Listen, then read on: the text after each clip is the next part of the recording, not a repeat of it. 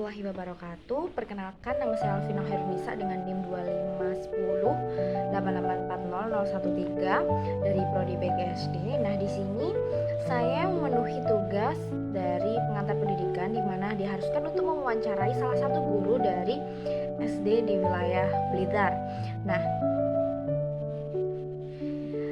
topik yang saya ambil adalah tantangan abad 21, sehingga saya mencari permasalahan-permasalahan tentang abad 21 yang terjadi di salah satu SD yang saya wawancarai, yakni di SDN Wates 1. Nah, SDN Wates 1 ini adalah salah satu SD yang berada di Desa Wates, Kecamatan Wates, Kabupaten Blitar, yang berdiri paling pertama di Desa Wates dengan total sekarang ada 48 siswa. SD ini sudah berdiri sejak tahun 1946 dan bangunannya itu masih bangunan yang lama, belum berubah sama sekali. Nah, di sini saya mewawancarai salah satu gurunya dari SDN Wates 1 bernama Bu Nina Lutfiana.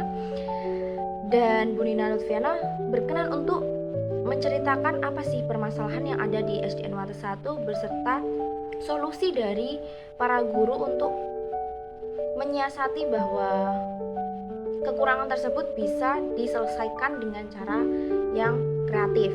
Nah, Bu Nina ini bercerita tentang permasalahan yang terjadi di SDN Wates 1 seperti adanya sarana prasarana yang kurang dan juga fasilitas belajar yang kurang lengkap. Terus juga ada meja kursi yang rusak karena sudah lama ya.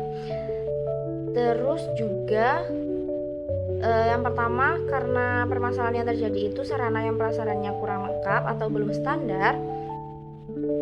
Di SDN Wates 1 ini masih menggunakan batu bata merah. Nah, tanpa semen, tanpa besi penguat, sehingga kekuatan dari adanya bangunan tersebut masih belum cukup layak dengan kondisi geografis di SDN Wates 1 itu yang berada di daerah pegunungan. Sehingga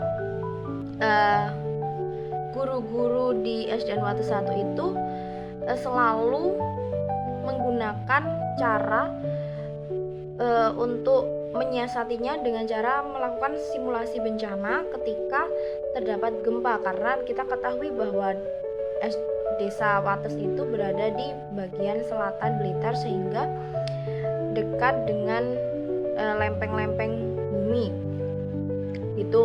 Terus dalam SDN Wates 1 itu juga fasilitas yang ada dalam bangunannya itu yang belum ada adalah ruang ibadah. Yang sudah ada adalah 6 ruang kelas, 1 UKS, 1 perpustakaan, 2 kamar mandi, 1 kantor, 1 dapur. Nah, untuk kekurangannya itu adalah di bagian rumah ibadah, sehingga guru-guru di SDN Wates 1 itu menggunakan perpustakaan sebagai tempat ibadah sehari-hari bagi siswanya. Selain itu,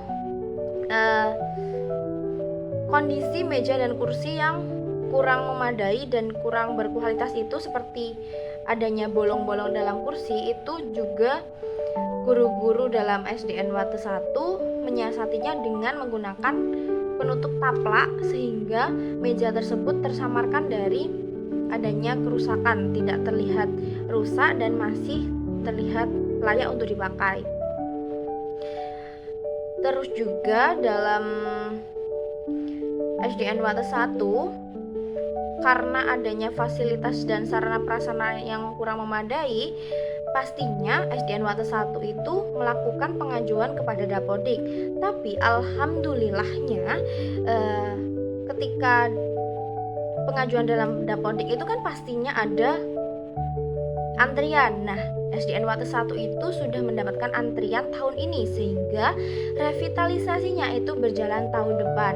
Nah, karena adanya perbaikan dalam hal sarana prasarana yang ada di SDN Wates 1, pastinya itu akan memiliki dampak yang sangat besar bagi calon peserta didik yang akan masuk ke SDN Wates 1. Seperti ketika yang sebelumnya orang tua melihat bahwa kualitas bangunan dari SDN Wates 1 itu kurang berkualitas, ketika revitalisasi itu terrealisasikan, maka kualitas yang belum optimal itu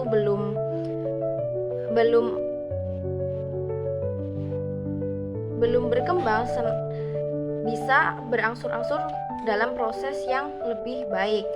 Lalu juga tantangan yang dihadapi oleh SDN Wates 1 adalah kualitas dari sumber daya manusianya seperti gurunya.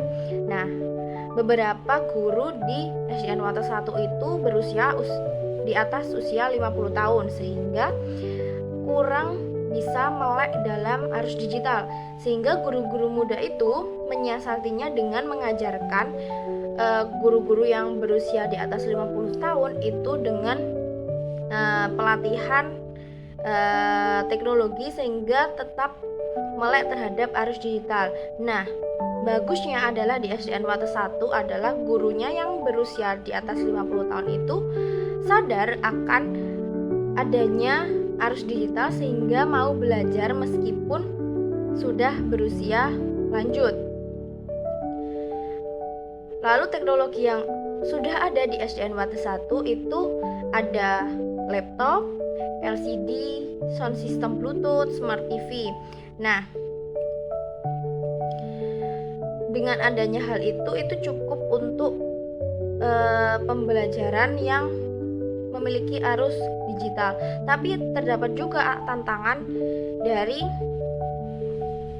siswa tersendiri, yakni kita ketahui bahwa wilayah pesisir itu pasti sedikit kurang terjamah oleh teknologi, sehingga siswa-siswa yang ada di SDN Wates 1 itu kurang diedukasi tentang adanya teknologi. Mereka hanya menggunakan gadget untuk bermain,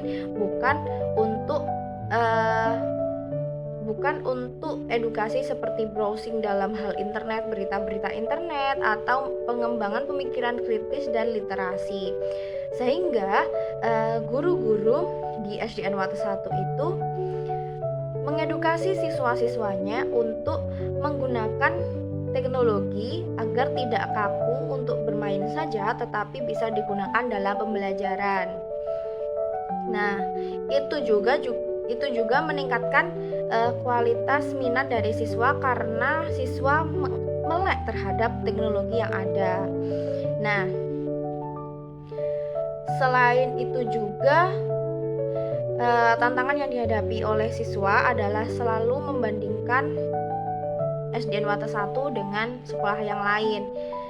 Dengan hal itu, guru-guru dari SDN Wates 1 itu memberikan motivasi kepada siswa bahwa sekolah yang baik atau sekolah yang keterbatasan bukan penentu kesuksesan, tapi kesuksesannya itu berawal dari tekadnya dari para siswa itu sendiri.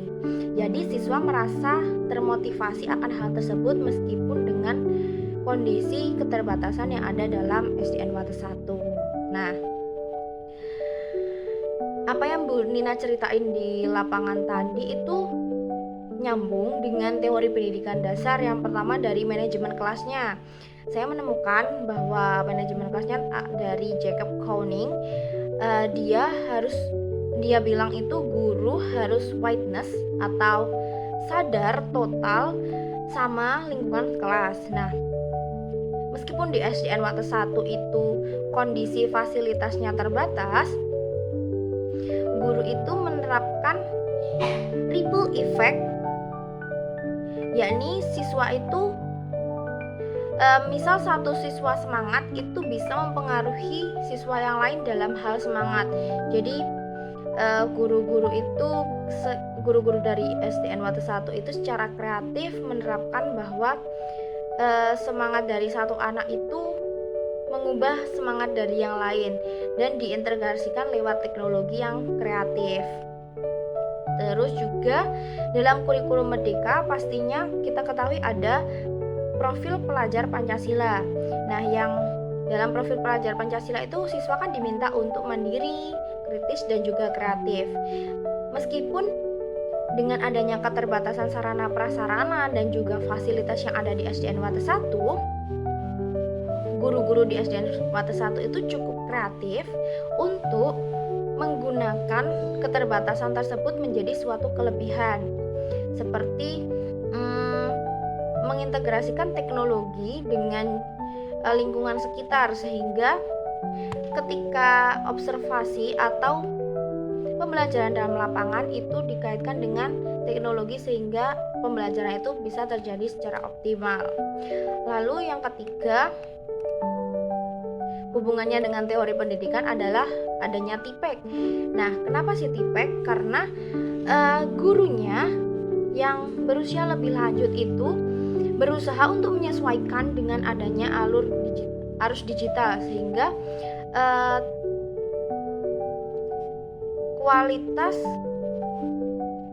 kualitas pendidikan itu tetap menyesuaikan zaman yang terjadi saat ini. Lalu hubungannya dengan teori pendidikan yang keempat adalah self determination theory.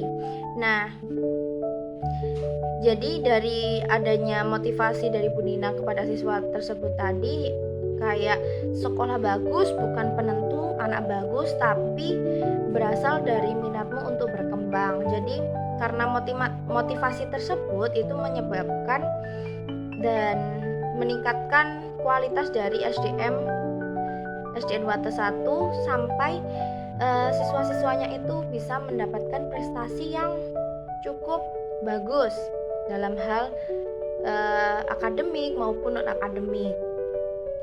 Lalu Bu Nina juga memiliki solusi dari adanya keterbatasan hal tersebut. Yang pertama itu pengajuan dari Dapodik tadi, yang akhirnya bisa untuk direalisasikan tahun ini dan tahun depan, sehingga bisa ada perbaikan dalam sarana prasarana dalam SDN Wates 1.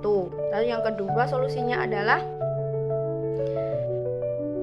guru yang memiliki keterbatasan dalam arus digital atau kurang melek dalam teknologi itu memiliki kesadaran bahwa teknologi itu penting dan mau belajar untuk mengembangkan lagi kemampuannya lebih mengikuti arus zaman. Terus yang ketiga adalah solusinya adalah meningkatkan minat dari siswanya itu sendiri dengan cara setiap hari, setiap pagi sebelum memulai pembelajaran itu siswa diminta untuk membaca terlebih dahulu sehingga terbiasa untuk meningkatkan literasi dan pemikiran kritis dari siswa. Selain itu, dengan adanya teknologi, siswa juga diajarkan untuk tidak kaku terhadap teknologi dan mau beradaptasi dengan teknologi sehingga minat dari siswa itu berkembang. Lalu solusi yang keempat adalah adanya integrasi dari teknologi itu sendiri dari guru-gurunya, sehingga guru-gurunya itu bisa untuk meningkatkan kreativitas dari siswa-siswanya melalui teknologi dan juga kondisi lapangan yang sesuai. Lalu yang kelima adalah Bu Nina juga memiliki rekomendasi, itu seharusnya pemerintah itu langsung turun tangan, bukan cuma mendata saja, sehingga sekolah-sekolah yang berada di pinggiran kota itu lebih diperhatikan dan bisa meningkatkan adanya pemerataan dalam fasilitas dan sarana prasarana. Di sini saya akan mewawancarai salah satu guru dari SDN Wates 1 bernama Assalamualaikum warahmatullahi wabarakatuh. Perkenalkan, nama saya Nina Lutfiana dari UPT SD Negeri Wates 1. Jadi Bu Nina di sini saya izin mewawancarai panjenengan ya untuk mata kuliah saya. Yang pertama, di SDN Wates 1 itu jumlah muridnya itu berapa ya? Kebetulan untuk tahun ini jumlah siswa yang ada di sekolah saya itu jumlahnya adalah 48 siswa. 48 siswa mulai dari kelas 1 sampai kelas 6 berarti? Iya. Untuk di UPT SDN Wates 1 itu masalah pendidikan yang sering Ibu temui itu apa aja ya? Kalau di SD saya itu, masalah yang sering saya temui itu adalah sarana prasarana yang belum terpenuhi. Terus yang kedua adalah fasilitas pendidikan yang belum terpenuhi juga. Yang ketiga adalah mebelernya yang tergolong masih banyak yang rusak. Jadi ketika kita mengajar itu banyak sekali anak yang mengeluh dengan meja kursi mereka yang rusak. Kalau boleh tahu mengapa fasilitas pendidikan di UPT SDN Wates 1 ini belum terpenuhi secara optimal ya? Sebenarnya kita itu sudah mengajukan bantuan melalui Dapodik, namun ketika ada pengajuan itu pasti ada antriannya. Nah, kebetulan untuk SDN Wates 1 ini alhamdulillah kita mendapatkan antrian tahun ini. Gitu. Terus dari adanya kerusakan-kerusakan yang ada dalam fasilitasnya itu apa karena kurangnya perawatan atau karena kerusakan apa? Penyebabnya itu apa? Penyebabnya itu karena SD saya itu termasuk SD pertama di Wates 1, sehingga SD itu terbentuk dari tahun 1946 dan sampai sekarang belum ada perbaikan. Dan di SD saya itu masih menggunakan batu merah ya, jadi nggak ada semen dan nggak ada besinya. Apa ada dampak dari ruang kelas yang kurang memadai biasanya untuk proses pembelajaran? Tentunya ada, terutama ketika PPDB. Itu fasilitas gedung itu sangat mempengaruhi daya tarik minat siswa ke SD saya, sehingga kami menarik siswa dari kualitas yang kami miliki, dari prestasi siswa serta kegiatan unggulan yang kita lakukan. Kalau boleh tahu ruangan-ruangannya di SDN Wates 1 itu ada apa aja ruang-ruangnya selain ruang kelas? Ada ruang kelasnya ada 6, UKS-nya ada 1, perpustakaannya ada 1, MCK-nya ada 2, kantornya 1, dapur umum itu masuk ke dalam kantor. Nah, kita yang belum ada itu adalah fasilitas ibadah. Nah, ketika sholat zuhur kita menggunakan perpustakaan sebagai tempat sholatnya. Gitu.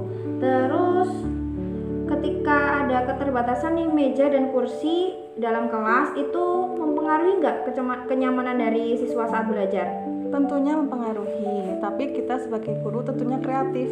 Nah, dengan adanya meja, contohnya meja yang bolong, kita akali dengan menggunakan taplak meja yang menarik sehingga siswa tetap nyaman dalam proses pembelajaran. Berarti dengan adanya keterbatasan dari fasilitas itu motivasi belajar siswa itu tetap ada stabil atau ada yang berkurang? Kalau dalam pembelajaran itu tentunya stabil, tapi tergantung dengan cara kita menyampaikan pembelajaran itu bagaimana.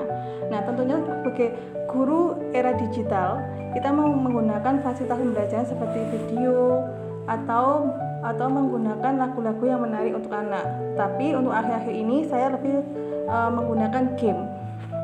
Begitu. Terus juga dengan adanya keterbatasan fasilitas itu apakah berdampak juga dengan kinerja guru yang mengajar? Tentunya ada.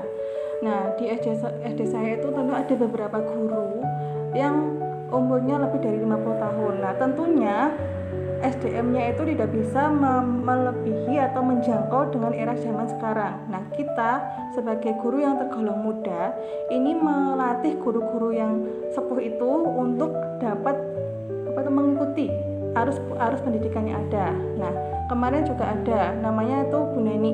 Nah, Bu Neni itu adalah guru tertua di kelas saya. Nah, dia itu belum bisa download video dari YouTube, belum bisa membuat PPT, belum bisa, sampai Canva pun belum bisa. Akhirnya kita sebagai guru yang tergolong muda, kita membimbing sampai bisa, dan akhirnya dengan cara itu dia bisa mengikuti dan membuat media pembelajaran yang menarik.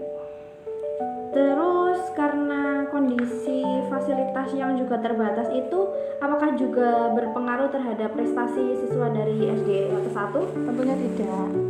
Semua itu tergantung guru bagaimana cara kita untuk menyampaikan pembelajaran. Fasilitas itu bukan faktor utama untuk menarik daya minat siswa dalam pembelajaran. Yang membuat minat siswa pembelajaran adalah penyampaian guru dan media pembelajarannya. Begitu. Lalu apakah siswa dari SDN Wates 1 itu pernah mengeluh tentang kondisi sarana prasarana di sekolah? Tentunya pernah, karena mereka pernah membandingkan dengan sekolah lain. Bu, kenapa sekolah saya seperti ini dan gitu. Terus kita memberikan motivasi pada siswa. Sekolah yang bagus bukan penentu kualitas anak yang bagus. Kualitas yang bagus itu berasal dari kamu dan minat kamu dalam pembelajaran. Gitu. Terus juga bagaimana kondisi motivasi belajar siswa dari SDN Wates 1 itu? Apakah banyak yang setiap tahunnya itu menorehkan prestasi atau perkembangan yang signifikan? Alhamdulillah untuk tahun ini kemajuan prestasinya sangat melesat, terutama dalam pilihan olimpiade. Kami kemarin mendapatkan juara 2 dan juara 3 umum dalam kecamatan dalam MIPA. Terus juga di SDN Wates 1 itu teknologinya yang tersedia apa aja? Kalau kami itu teknologi yang sedia itu ada laptop, terus ada LCD, sama ada sound system Bluetooth, sama ada TV lesson tuh yang dapat dari pemerintah. Oh, yang satu sekolah satu TV itu? Iya. Oh iya. Terus biasanya itu seberapa sering untuk mengintegrasikan antara teknologi dengan materi pembelajaran dalam kelas? Nah, untuk mengintegrasikan materi dan teknologi kita perlu melihat dulu CP dalam bukunya itu apa. Kalau memang kita perlu melakukan, ya kita lakukan seminggu itu bisa 2-3 kali. Tapi kalau memang tidak ada, kan kadang-kadang ada yang praktek langsung. Nah, otomatis kita melakukan praktek, nggak harus menggunakan teknologi. Lalu kesulitan guru dalam melakukan teknologi pembelajaran itu apa yang biasanya terjadi? Kesulitannya adalah siswa itu kan belum pernah mengenal teknologi sama sekali. Otomatis dalam memegang komputer itu masih kaku ya. Nah, kita sebagai guru mengenalkan sedikit demi sedikit bagaimana cara mengetik, bagaimana cara mengedit video dengan lewat komputer, dan bagaimana cara mereka untuk mengenal teknologi lebih dalam lagi. Gitu. Terus menurut Bu Nina nih, selain tentang teknologi, apa sih tantangan yang paling berat bagi guru untuk mengajar siswa di abad 21 ini? Tantangannya adalah minat siswa. Karena apa? Karena sekarang banyak siswa yang sudah memegang gadget. Nah, efek gadget itu sangat berpengaruh dengan perkembangan minat dan bakat siswa. Nah, karena kebanyakan gadget, maka anak itu malas dalam hal berpikir keras. Contohnya, apa-apa mereka lihat browsing, literasinya kurang. Nah, akhirnya kita mengakali dengan cara setiap hari itu wajib membaca 1 buku di perpustakaan. Setiap hari wajib membaca 1 buku.